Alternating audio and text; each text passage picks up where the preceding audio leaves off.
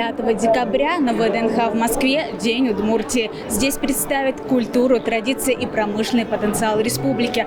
А сейчас мы узнаем, что знают о Родниковом крае жители и гости столицы.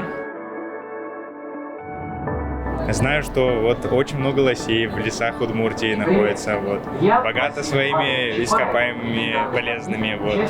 Богато лесами, природными ресурсами. Очень красивая республика, очень красивые пейзажи. Девушка, я из Казани специально приехал на выставку, вот что я знаю. Я специально вот хочу пообщаться вот с этими ребятами, специально приехал, но я пока из этой команды никого не вижу.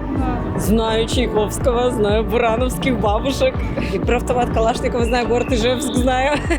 Да, я знаю бабушек из Буранова, и они вроде даже на Евровидение ездили.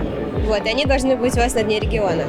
Ну, у меня с детства, можно сказать, был интерес к мотоциклам. И, поженившись, мне тесть подарил мотоцикл «Иж-Планета 5». И вот я уже потом начал историю, откуда этот мотоцикл, как. А потом оказалось, Иж – это производится в Ижевске, в Удмуртии. И в Удмуртии не только славится то, что оружейные заводы, мотоциклы, но самое главное – людьми. Там самые прекрасные люди, начиная от бабушек и кончая молодежью. Ну, конечно же, мотоцикл «Иж» советский знаменитый. И как же не вспомнить ижевские ружья. До сих пор ими все пользуются. У нас даже, я из Ставрополя, у нас 2 магазина ижевские ружья, брендовые ваши. И сам тоже являюсь начинающим охотником и имею такое оружие. Удмуртия находится на севере. Прекрасный народ там, прекрасная природа.